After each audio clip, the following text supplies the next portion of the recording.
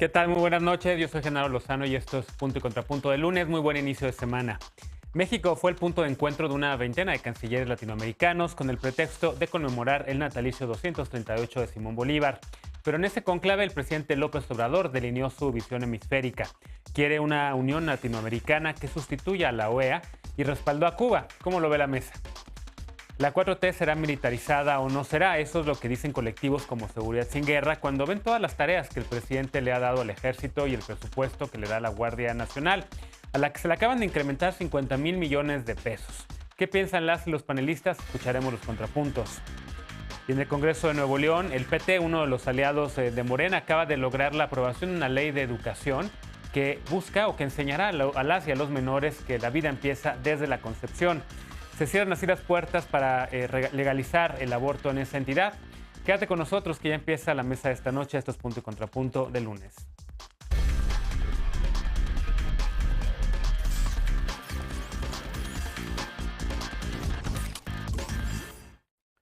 El presidente López Obrador propuso este fin de semana sustituir a la Organización de Estados Americanos, la OEA. Previo a la reunión de cancilleres de los países miembros de la Comisión de Estados Latinoamericanos del Caribe, de la CELAC, y en el entorno del reforzamiento de sanciones de Estados Unidos a Cuba, el presidente propuso construir un nuevo organismo regional verdaderamente autónomo, según dijo, y no lacayo de nadie. Veamos el contexto. El presidente López Obrador propuso sustituir a la Organización de Estados Americanos y crear algo semejante a la Unión Europea, según dijo. Después de calificar a la OEA como un organismo lacayo, el mandatario planteó la creación de un nuevo organismo para mediar en asuntos de derechos humanos y democracia. Durante la conmemoración del natalicio de Simón Bolívar, el mandatario reconoció que es una tarea compleja, pero que vale la pena intentarlo. Previo a la reunión de cancilleres de la Comunidad de Estados Latinoamericanos y Caribeños, la CELAC, el presidente López Obrador dijo que América Latina debe planear conjuntamente su desarrollo y, por ejemplo, abrir ordenadamente el flujo migratorio para satisfacer la demanda de mano de obra de Estados Unidos y Canadá. Añadió que es inaceptable la política de los dos últimos siglos, caracterizada por invasiones para poner o quitar gobernantes al antojo de la superpotencia. Digamos adiós a las imposiciones, las injerencias, las sanciones, las exclusiones y los bloqueos, pidió. La Organización de Estados Americanos tiene como objetivo que sus 35 países miembros logren un orden de paz y de justicia, fomentar su solidaridad, robustecer su colaboración y defender su soberanía, su integridad territorial y su independencia. Colombia ya rechazó la propuesta de México y defendió la existencia del organismo. México y Argentina recientemente se negaron a respaldar la resolución de la OEA que condenó la detención de opositores al gobierno de Nicaragua. México tampoco se sumó a la resolución hecha contra las elecciones parlamentarias de Venezuela. En marzo pasado, México y Bolivia acordaron impulsar un frente para limitar las intervenciones del organismo multilateral en asuntos de política interna. Punto y contrapunto. Primer tema para discutir esta noche. Saludo con mucho gusto a Lisa Sánchez, directora general de México Unido contra la Delincuencia. ¿Cómo estás, Lisa? Muy bien, muy buenas noches, con mucho gusto de verles. Bienvenida. Como cada lunes y miércoles también, Alfredo Lecona, activista y analista. ¿Cómo estás, Alfredo? Muy bien, querido Genaro. Buenas noches a todas y todos. Bienvenido. También panelista de lunes y miércoles, Eder Guevara, fundador de Morena y antropólogo. ¿Cómo estás? Hola, querido Genaro, buenas noches a todas y todos. Y hoy nos acompaña, ya ha estado varias veces en este espacio, Andrea Chávez, ella es analista política. ¿Cómo estás? Bien, gracias. Buenas noches y saludos. Bienvenida. A ver, empiezo contigo, Eder. Tú tienes muchas ganas de discutir este punto. Creo que sí hay temas interesantes, importantes ahí que destacar. Después seguro que también Lisa va a querer comentar. Pero en un solo párrafo, el presidente López Obrador, de repente, al final de un discurso largo, pues de repente da a sugerir o sugiere que la OEA, en efecto, que no ha servido, que ha sido medio un instrumento de Estados Unidos en el continente, y propone una sustitución por una especie de unión latinoamericana. Para la diplomacia de América Latina recibió muchos aplausos, por cierto, pues creo que fue un mensaje poderoso ante la ausencia de Brasil, quien por cierto se retiró de la CELAC en enero de este año, irónicamente porque según el gobierno de Bolsonaro, porque le da foro a países que no son democráticos. ¿Cómo ves la propuesta del presidente? A mí me parece que es una propuesta que y es de la tradición bolivariana, de lograr generar un proceso de unidad en la región, América Latina y el Caribe, pero a diferencia de otras propuestas que vienen de esta misma tradición, lo innovador de la postura del presidente López Obrador es que no lo hace desde un discurso de confrontación con Estados Unidos.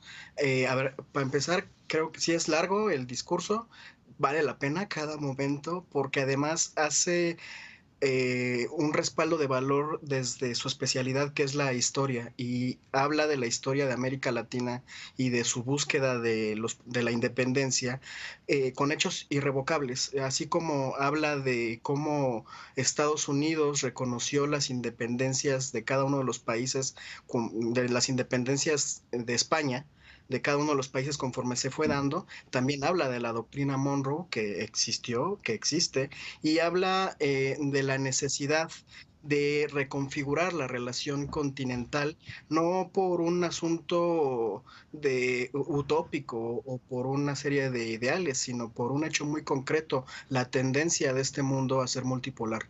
Hay un tema que es evidente, que es el crecimiento de la región de Asia, sobre todo China, con respecto al estancamiento del resto del planeta, y desde ahí lo que le propone a Estados Unidos es reconfigurar la relación, que no vea a América Latina y el Caribe en lo individual con cada uno de los países, sino que como región a través de la CELAC, y por eso dice que hay que ver el papel de la OEA, que la OEA al final de cuentas es un organismo hecho para América Latina, pero que lo dirige Estados Unidos, y lo que se necesita es un organismo de América Latina en donde se sientan representadas las voces de América Latina y que se pueda sentar de igual a igual como región con Estados Unidos y Canadá.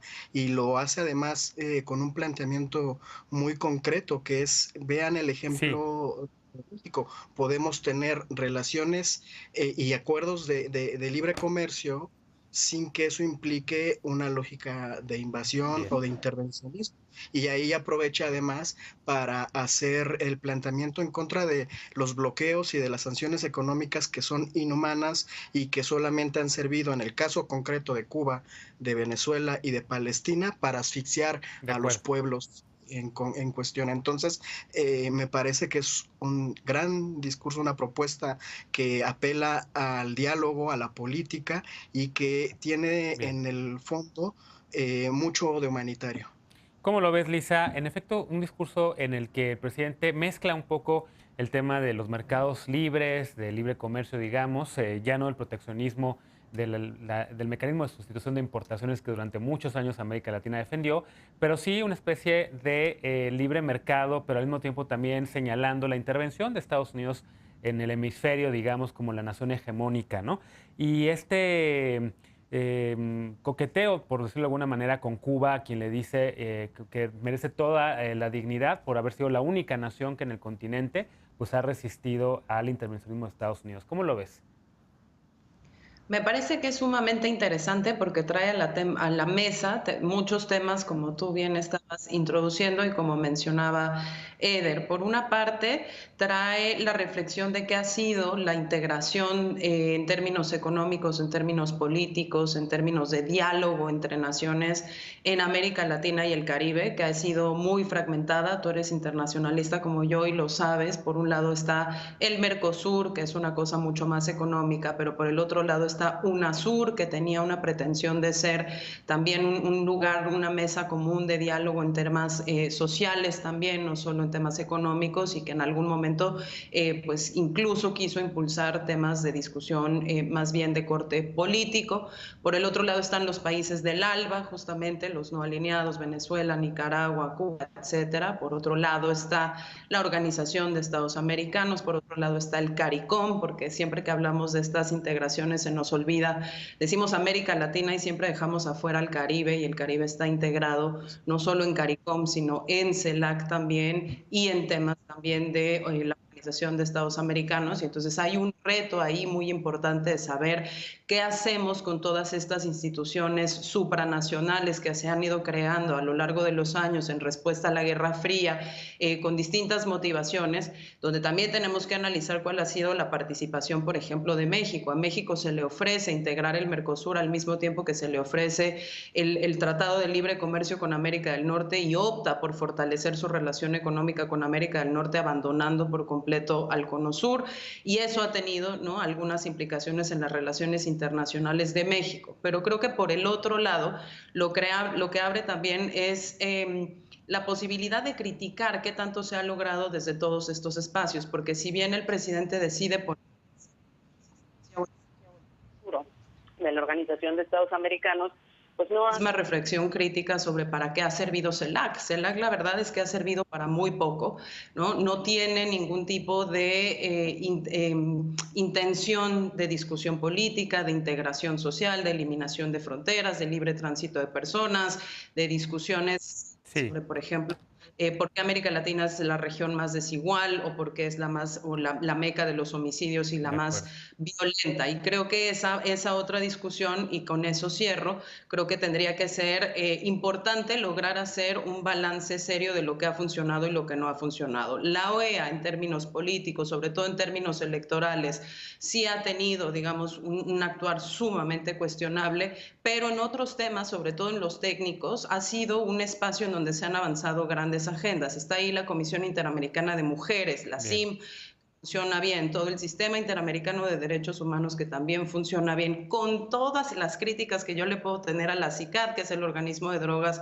para el cual trabajé. También generaron ahí observatorios nacionales sobre el tema, y no podríamos imaginar discusiones tan complejas como, por ejemplo, la de derechos humanos o la de drogas en el ámbito de CELAC, porque en el ámbito de CELAC nunca ha habido ese espíritu de negociación. Entonces creo que lo que tenemos que pensar, mi conclusión sería, es más que desaparecer la OEA, cómo si avanzamos a un tema de integración social y político en América Latina, haciendo el balance claro de cómo hemos atomizado todos nuestros esfuerzos de diálogo y cómo construimos una cosa más seria hacia adelante. Andrea y Lecona, les voy a pedir brevedad porque sus dos compañeros se emocionaron mucho con el tema, que yo pensé que no iba a dar para tanto, pero sí.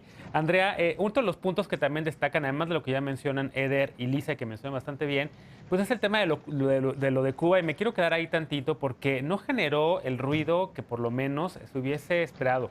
Se pudo sentar en el mismo lugar a la delegada de Colombia junto al de Venezuela, junto al de Cuba, tres países que de otra manera, y a lo mejor en otro escenario, no se hubiesen podido haber sentado, y la declaración sobre Cuba, pues yo escuché aplausos. Sí, yo creo que eso nos habla de un elemento de importancia que tuvo este evento, la conmemoración del natalicio, por supuesto, de Simón Bolívar. Decir que Andrés Manuel, por supuesto, ha ejercido un liderazgo amplio en América Latina que creo que han reconocido muchos países. El mensaje que dio precisamente hace un par de días, no solo con motivo de esta conmemoración, sino también las declaraciones que hace emitiendo esta propuesta para eliminar la OEA y crear un nuevo organismo que conjunte precisamente estas naciones de América Latina que no se sienten representadas por este organismo, pues habla del gran liderazgo y del gran respeto que muchos pueblos en América Latina y el Caribe le tienen a México. Por supuesto que ha sido una labor de muchas y muchos de nosotros, activistas y militantes de izquierda, denunciar el bloqueo comercial que sufre el pueblo cubano desde hace tantas décadas, y bueno, no fue excepción el discurso de Andrés Manuel al denunciarlo, digo yo, de manera tan digna, de manera tan honesta y transparente. Creo que eso es de celebrarse, y más con ese amplio consenso que se vio de parte de todos los representantes que allí se encontraban. Yo creo que en el tema de la OEA, sí decir que la crítica, digamos, no es nueva, ¿no? Desde hace muchos años se ha dicho que este organismo es como un ministerio de las colonias, que representa mucho más a los Estados Unidos y a las naciones, digamos, con mucha presencia económica en el mundo, olvidando un poco a aquellas más minoritarias en América América Latina.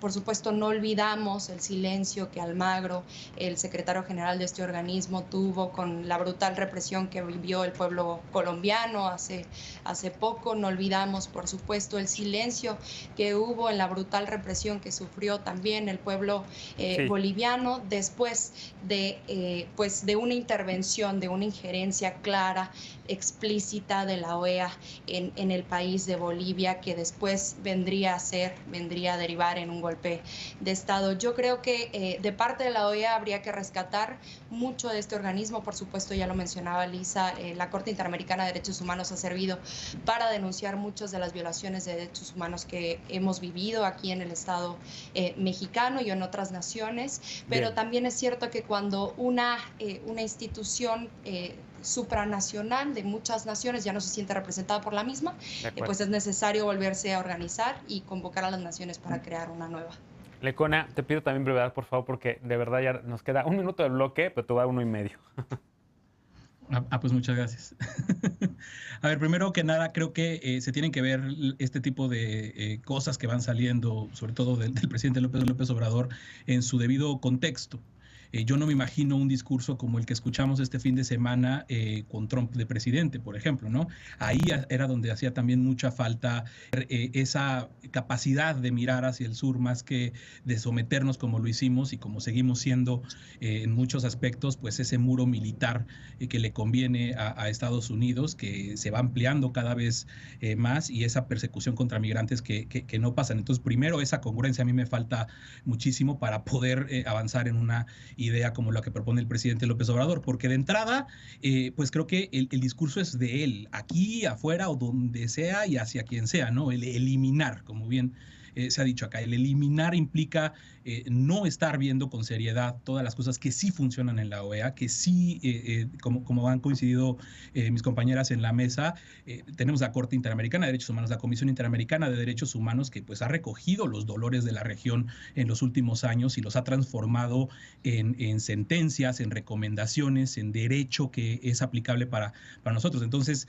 pues como discurso yo lo pondría en su contexto, y desde luego que como propuesta seria, formal, que realmente pudiera caminar hacia algún momento, me faltan muchísimas cosas, como incluso más allá del bloqueo, sin soslayar la necesidad de enfatizar en el daño que le ha hecho el bloqueo al pueblo cubano, también reconocer que en la región tenemos autoritarismo, que también tenemos violaciones a derechos humanos, que también tienen que ser visibilizadas, y que justo hablar de esta integración y que no puede salirse de los cánones de los derechos humanos implica reconocer también que eso de que lo resuelvan ellos y que la doctrina Estrada y demás tampoco tiene ya mucho sentido en un contexto como el que estamos viviendo.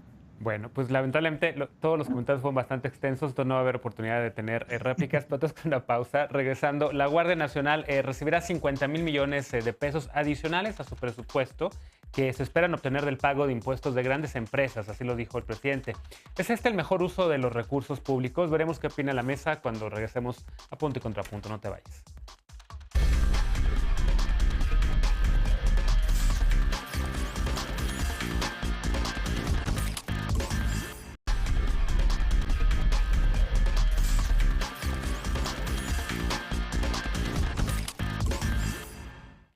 Este domingo el presidente López Obrador anunció que la Guardia Nacional recibirá 50,000 millones de pesos adicionales para terminar de consolidarse.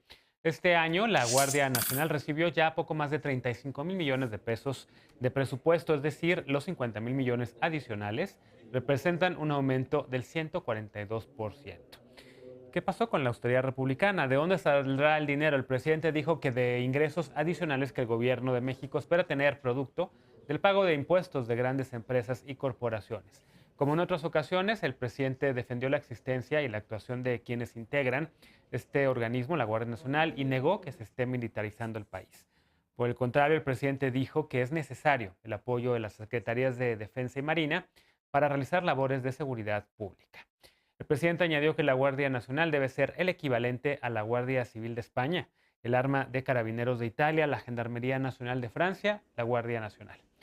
Recientemente el mandatario federal adelantó que en el 2023 presentará una propuesta de reforma constitucional para que la Guardia Nacional forme parte de la estructura de la Secretaría de la Defensa, según dijo, para evitar que sea incorporada a alguna otra dependencia. Hace 2 años, la Guardia Nacional inició operaciones con 70,000 elementos de la Marina, la Defensa Nacional y de la Policía Federal. Hoy son ya casi 100,000 efectivos. Según el presidente, son capacitados, disciplinados y respetuosos de los derechos humanos.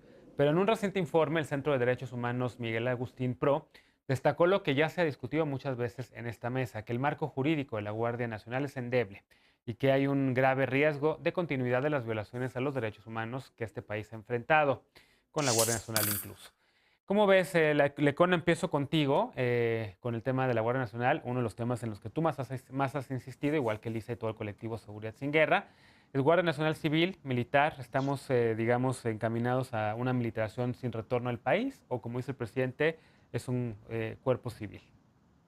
No, el presidente se engaña y trata de engañar al país todos los días, como viola la Constitución todos los días, permitiendo que se profundice esta militarización de la seguridad pública que él tenía en su diagnóstico por tantos años, en un buen diagnóstico que no es la forma de resolver la incapacidad de las autoridades civiles. Y hay que hacer un énfasis en esto, en la separación de lo civil y de lo militar, porque por mucho que se pueda defender la idea de que hoy por hoy no hay una corporación o un mando civil que pueda hacerse cargo de la Guardia Nacional, la verdad es que en lo que tenía que pasar en este país desde que se creó la Guardia Nacional, desde que se fijó se trazaron las líneas de un inicio de plan de desmilitarización de la seguridad pública a 5 años, ya estamos hacia el tercer año y no vemos que se esté moviendo absolutamente nada. Esto, cuando hablamos ahora de presupuesto, nos da una buena idea y confirma, además, de paso, que el presidente tiene toda la intención de dejar esa maquinaria militar para heredarla a quién sabe qué gobiernos vayan a venir.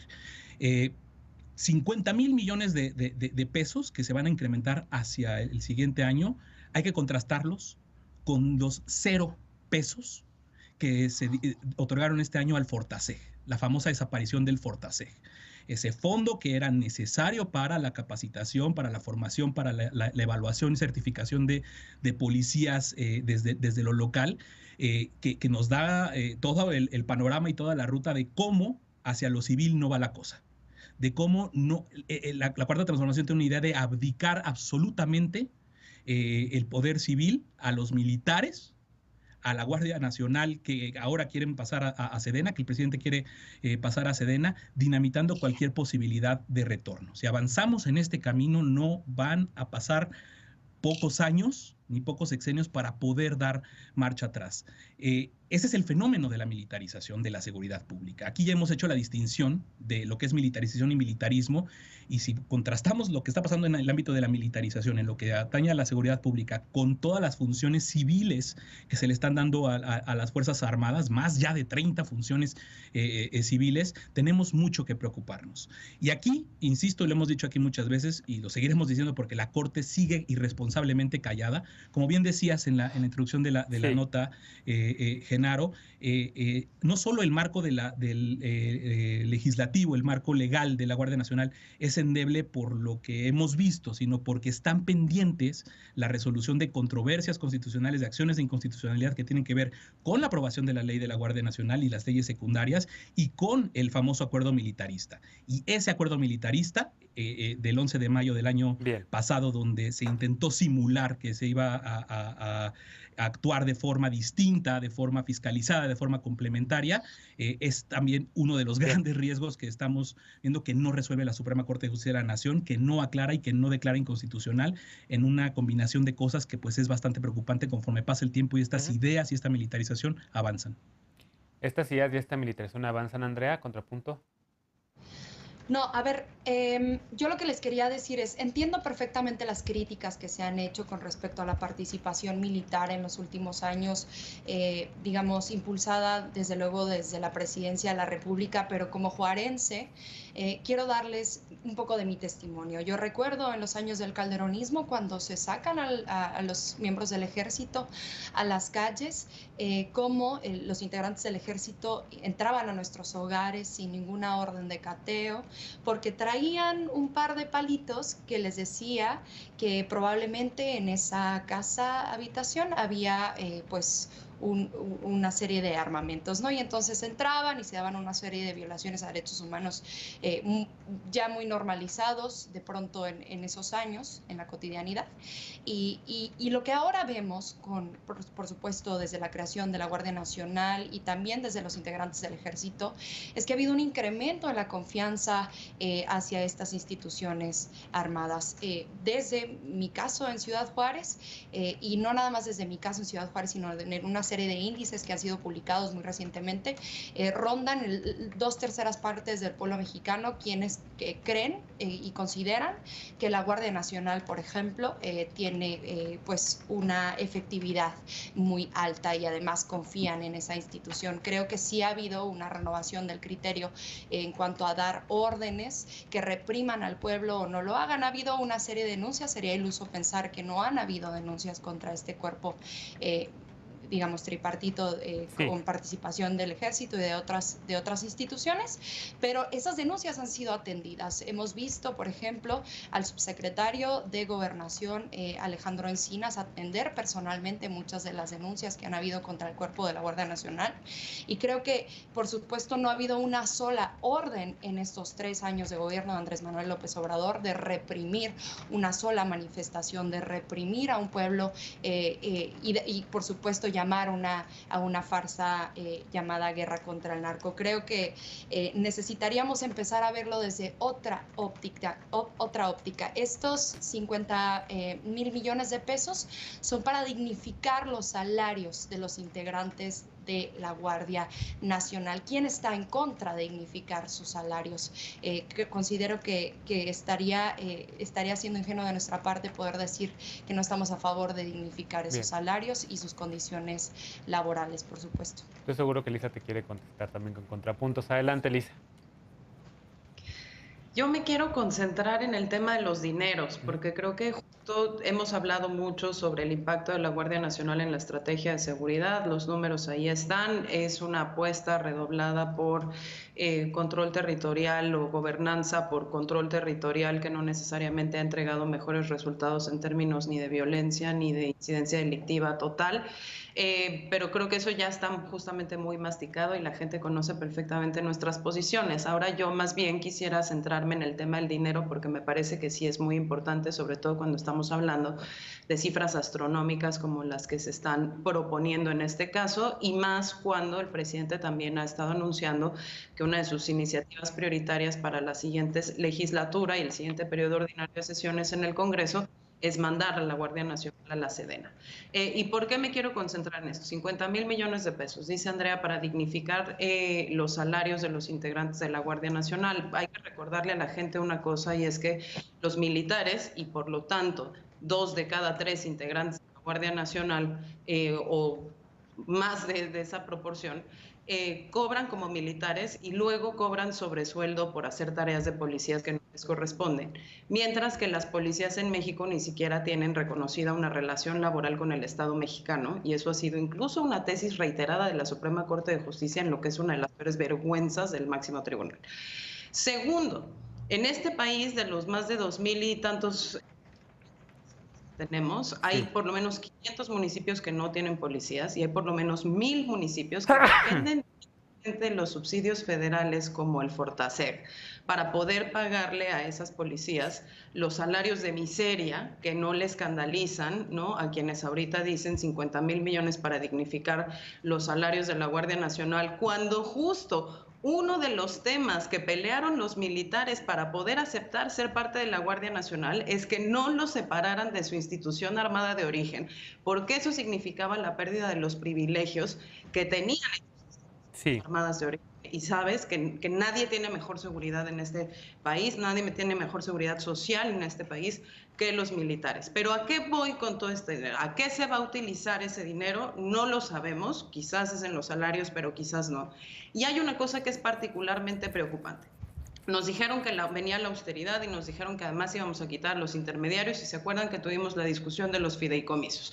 Bueno, el único fideicomiso que no desapareció fue el de la Sedena, que asciende ya a más de 64 millones de pesos. Y una de las cosas que también hemos dicho sistemáticamente aquí es que la única dependencia o las únicas dependencias que son Sedena y Marina son sistemáticamente excluidas de la obligación ante la Secretaría de Hacienda de reportar efectividad del gasto, son esas. Entonces vamos a ir a poner más dinero del que ya le ponemos, no solo en sus fideicomisos y en sus asignaciones presupuestales directas, sino en todas aquellas que vienen no transparentadas por la transferencia de funciones, a una dependencia y a una corporación que no va a estar nunca obligada a reportarnos qué estamos haciendo con De esos acuerdo, bien. dineros. Entonces, al margen de la estrategia de seguridad pública, creo que la discusión que sí tenemos que tener es la transparencia en el uso de los recursos en las Fuerzas Armadas. Bien, finalmente, Eder. Sí, coincido con que debe haber un debate sobre la transparencia. Coincido plenamente con todos los temores que el Agustín Provo manifiesta respecto a las normatividades para que la Guardia Nacional pueda operar en territorio. No coincido tanto con el diagnóstico. A ver, el presidente López Obrador hoy en la mañana volvió a hablar sobre su propuesta de reforma para que la Guardia Nacional sea parte de la Sedena. Sin embargo, esa propuesta no es seguro que pase, porque es una reforma constitucional Sí, de y una acuerdo. reforma constitucional que genera mucha polémica. Entonces, ¿qué va a pasar si no pasa esa propuesta? ¿Qué sucede con la estrategia del presidente? Pues que tiene que fortalecer a la Guardia Nacional y tiene además que fortalecerla en un plazo que se estableció en la ley, que es hasta el 2025, y por supuesto que para eso son estos recursos. Tendrán que explicar con más detalle. No creo que solo sea para salarios, pero por supuesto que tiene que ser para salarios. Y más aún, como dice Elisa, es verdad, muchos militares no se quisieron pasar a la Guardia Nacional por el riesgo o el miedo de perder privilegios en sus sueldos y en sus prestaciones. Bueno, pues entonces si se les mejoran acá, a lo mejor más militares querrían ser parte de la Guardia Nacional. Aquí lo que a mí me sigue generando duda es, a ver, ya a partir de que detienen a Cárdenas Palomino, se sabe cómo García Luna y él operaron a través de la cooptación de las policías estatales y municipales y de vender las plazas de las comandancias de estas policías, operaron para entregárselas al narcotráfico.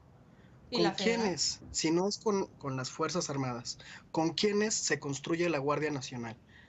Si ya se hizo una convocatoria pública para que jóvenes que no vienen ni de las policías ni del ejército se integren, y hasta ahorita nos han integrado más de 30,000 jóvenes, ¿de dónde sale la gente para integrar la Guardia Nacional y que sea una 30,000, policía ¿no es que cierto? tenga capacidad Bien. territorial en cada uno de los estados de la República?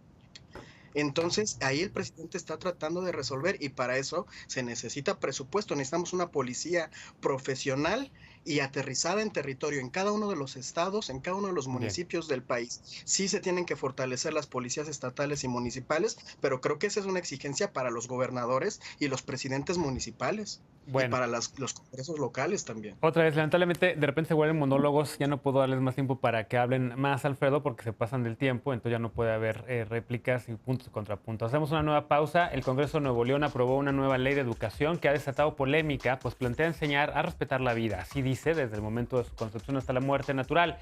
Es una estrategia para frenar iniciativas por la interrupción legal del embarazo y el derecho a morir dignamente. Veremos qué piensa la mesa cuando regresemos con este último punto a punto y contrapunto. No te vayas.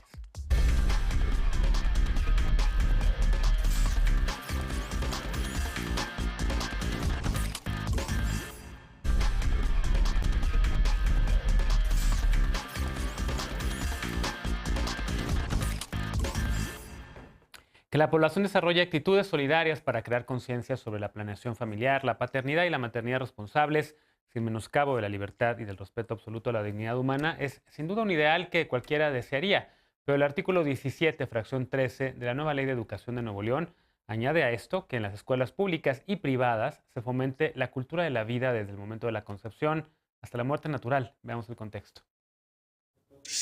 La semana pasada, el Congreso de Nuevo León aprobó una nueva ley de educación que plantea que la vida comienza desde la concepción. El documento apunta que, además de los objetivos planteados por la Constitución Federal, la educación impartida en la entidad buscará respeto absoluto a la cultura de la vida desde el momento de la concepción hasta la muerte natural. El dictamen, presentado por legisladores del PT, se aprobó por unanimidad con 39 votos de legisladores de todos los partidos políticos. Establece también que la edad mínima para ingresar a la educación inicial es a partir de los 45 días de haber nacido, señalando que el Estado de manera progresiva generará las condiciones para la prestación universal de ese servicio. Esto implica, según sus críticos, que se transfiere al gobierno local el costo de operación de los centros de desarrollo infantil actualmente en manos del gobierno federal. También apunta que las autoridades educativas federal, estatal y de los municipios concurrirán para garantizar la gratuidad de la educación superior de manera gradual, comenzando con el nivel de licenciatura.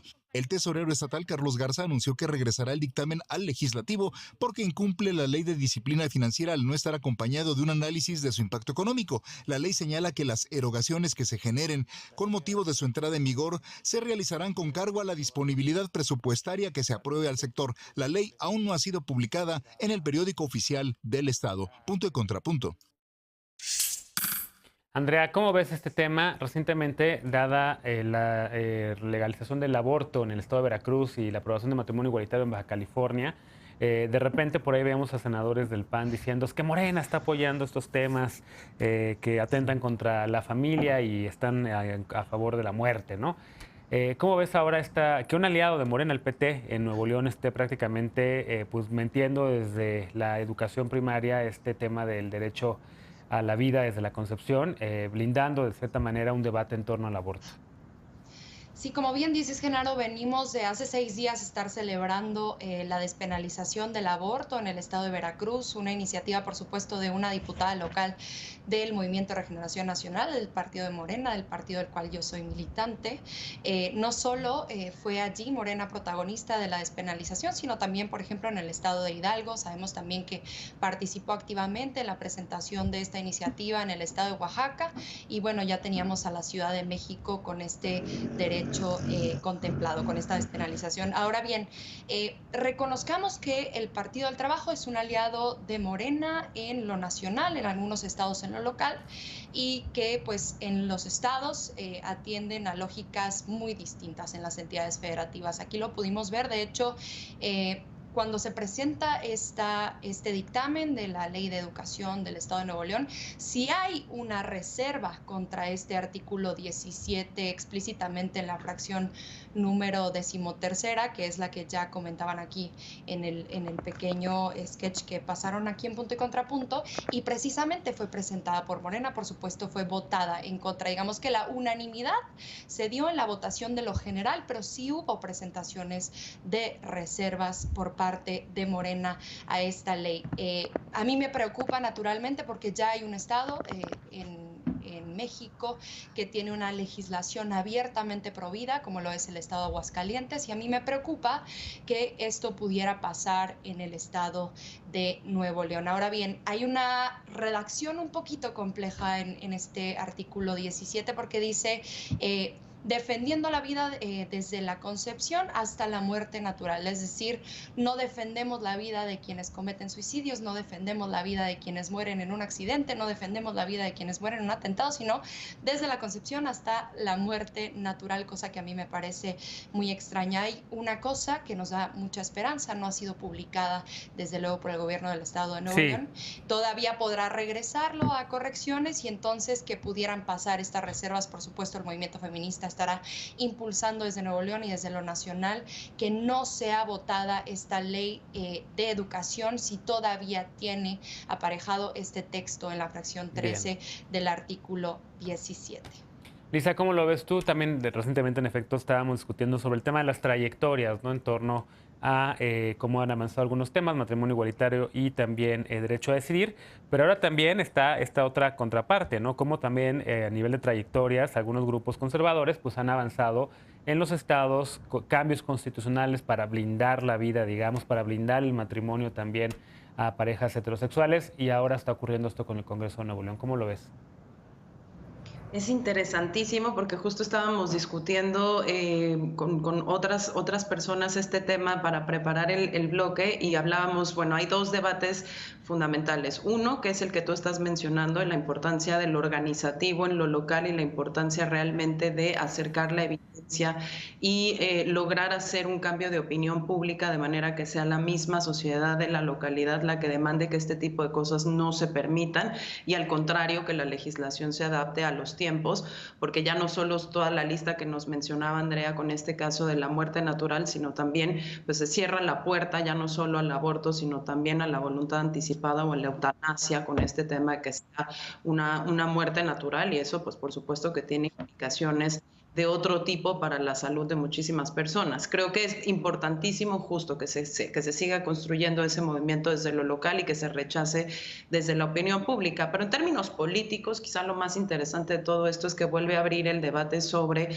las soberanías entre estados y federación, estas independencias, quién puede o no meter qué contenidos a los programas educativos en el sistema público, en el sistema privado, y entonces cuál es la relación que pesa, ¿no? Si bien uno desearía que mientras existan este tipo de reacciones conservadoras en los estados, la federación pudiera vetar y decir no, pues también cuando en la federación llegase, por ejemplo, una cosa así de conservadora, los estados tendrían que poder tener la capacidad de resistirlo desde lo local y modificar sus legislaciones para impedir que un centralismo exacerbado, conservador, les imponga, por ejemplo, hacer este tipo de cosas. Y salía justo en esta discusión que estábamos teniendo acá con unas colegas, el caso, por ejemplo, de varios estados en Estados Unidos, como pueden ser Utah o Texas, ¿no? En donde movimientos así de templanza, conservadores y demás, lograron hacer que en las legislaciones y en los planes de estudio se mantuviera, por ejemplo, el hecho que los profesores están obligados a que si van a hablar de la teoría de la evolución de Darwin, lo mismo van a tener que hablar del creacionismo, ¿no?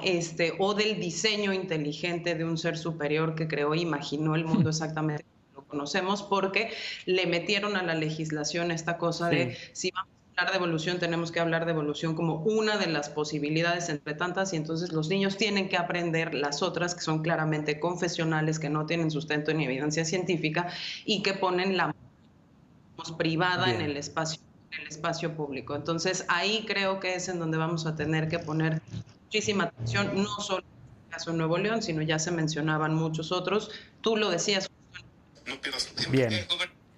Veracruz modificó su propia constitución. Bien, ¿cómo lo ves, Eder? Porque en efecto bien decía Andrea que bueno, el PT es aliado de Morena a nivel federal, no a nivel del local, y bueno, el PT tiene ahí esta agenda, ¿no?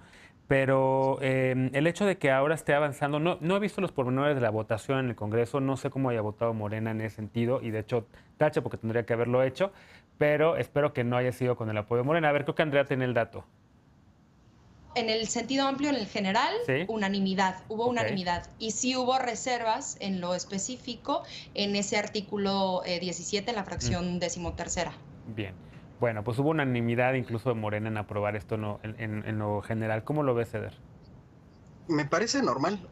A ver, hay una realidad que nos duele en el chilangocentrismo, pero cada estado es un proceso distinto y la ley se hace y se aplica conforme hay correlación de fuerzas. Y así como hay estados en donde la agenda progresista está avanzando porque Morena tiene las condiciones mayoritarias en los congresos locales, pues entre más avance la agenda progresista y el movimiento feminista más crezca, porque está creciendo constantemente y dejan constancia de ello cada que convocan, entre más crezca el movimiento progresista en general, pues los grupos conservadores en donde tengan correlación a favor van a llevar este tipo de agendas que violentan el derecho pro persona y que parecen sacados literal de la Biblia. Me parece que es normal, es lógico, por supuesto que hay que sancionarlo y cuestionarlo. Ya ahorita Andrea y Lisa enumeraron una serie de absurdos de esta iniciativa. Habrá que revisar, por ejemplo, si se puede meter un recurso de inconstitucionalidad. Sin embargo, insisto, a mí me parece que mientras la agenda conservadora o las fuerzas conservadoras se afiancen en estos estados, van a posicionar sus agendas. De Nuevo León no puede sorprendernos. Después de haber votado por el Bronco, votaron por Samuel García. Es una población que tiene posturas muy conservadoras y que esta iniciativa no les escandaliza. Entonces, ahí es uno de los temas que tenemos que revisar con mucho detalle. Falta que, por ejemplo, Guanajuato haga de las suyas, ¿no? Querétaro también, porque además es una forma de generar un espejo. Ellos le están hablando a la población conservadora de todo el país, de miren, esto es lo que queremos, esta es la agenda que queremos impulsar en todo México, y entonces le apuestan a que así se movilicen para lograr tener mayoría otra vez en todo el país. Me parece que es normal, y sin embargo, Bien. justo porque es normal y es un tema de correlación, hay que cuestionarlo y hay que ver cómo tirarlo. Finalmente, Lecona. Si algo he aprendido personalmente en todos los años siguiendo al legislativo, es que cuando una reforma trae un dardo envenenado como esta, la votación en lo general es tanto como votar en lo particular, porque ya se sabe que si le das ese pase de entrada para aprobar un conjunto de reformas, pero hay una que preocupa mucho, en este caso lo relativo a este concepto regresivo de la vida a partir de la concepción, pues lo conducente, lo responsable es votar en contra y ser oposición desde ese momento. Perdón, pero ahí sí yo no le concedo ni a Morena ni a nadie que hace luego estas simulaciones. Lo vemos mucho en el legislativo, donde aprueban todo en lo general y en lo particular se van a una simulación de debate de reservas. Y creo que el momento, Genaro, atiende a lo mismo que hablábamos justo la semana pasada, donde eran buenas noticias. Y yo en ese momento, hace una semana, te decía o les decía que parece que hay un periodo en el que el costo político para los legisladores que van de salida, después de este año electoral, después de la elección del 6 de junio, se atreven a hacer cosas, ¿no? Vemos que el movimiento conservador, sobre todo el Frente Nacional por la Familia, este feto legislador Carlos Leal, que ha brincado en 3 partidos con la misma agenda, o ha intentado impulsar este tipo de barbaridades desde la misma agenda, sí obedecen a una lógica y una articulación que, lo hemos dicho de aquí ya desde hace un par de años, nos debería de preocupar mucho. A mí me recuerdan mucho a las discusiones que también tuvimos acá sobre el PIN parental, ¿no? Sí. Son grupos que se están organizando. El mismo estado. Y así es. En el mismo estado, en Aguascalientes también. Sí, del feto legislador. Y yo creo que ahorita se están aprovechando este momento y estas cosas para ver las posturas y lo inviable de las alianzas también que se van a formar en lo legislativo y posteriormente en lo electoral, cuando hay partidos, ahorita lo dijiste muy de pasada, ¿no? Algún legislador que dijo que de la muerte, bueno, fue Yulén Rementería. Nada más y nada menos que el coordinador de los senadores del PAN. Del PAN, ¿no? O sea, no es cualquier legislador, es una postura de un grupo parlamentario del cual depende la aprobación o no de muchas reformas, sobre todo en lo constitucional, ya que no hay una mayoría en el Senado de Morena en ese sentido. Entonces, mucha atención con estas agendas. Hay colectivos a los que hay que seguirles la pista, como el colectivo Artículo Tercero, que precisamente surgió de la Red por los Derechos de la Infancia en México y otras organizaciones para visibilizar este tipo de atropellos y de cosas que pues pasan así, ¿no? Como una reformita ahí ligera en la ley de educación y poco a poco van metiendo su programa y van cantando sus victorias y van articulando y van engrosando sus miembros y la cantidad de políticos que están lamentablemente de acuerdo con este tipo de ridiculeces. Bueno, pues démosle seguimiento a este tema sin duda. Hacemos una pausa y regresamos para despedirnos de las panelistas y los panelistas y con la paparrucha. No te vayas.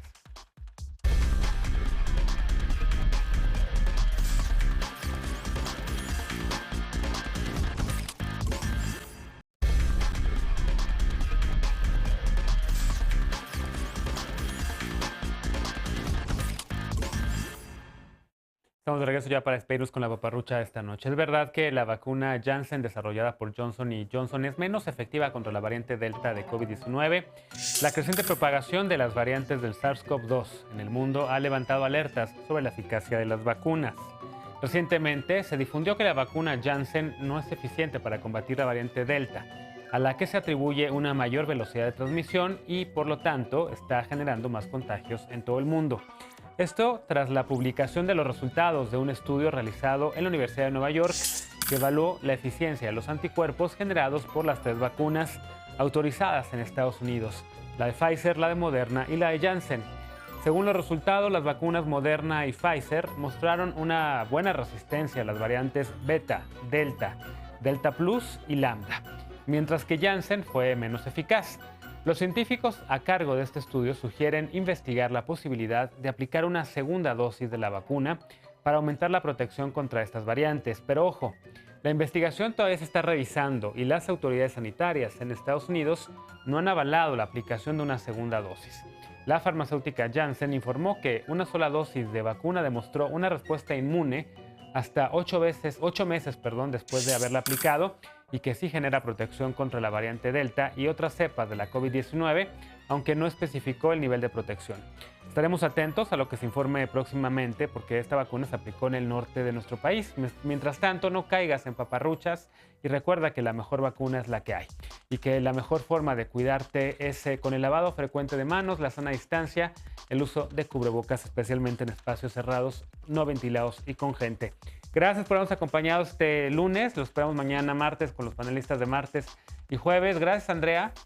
Gracias, Eder. Gracias, Alfredo. Y gracias, Lisa. Bonita semana. Nos vemos por acá mañana en punto de las 11 de la noche. Buenas noches.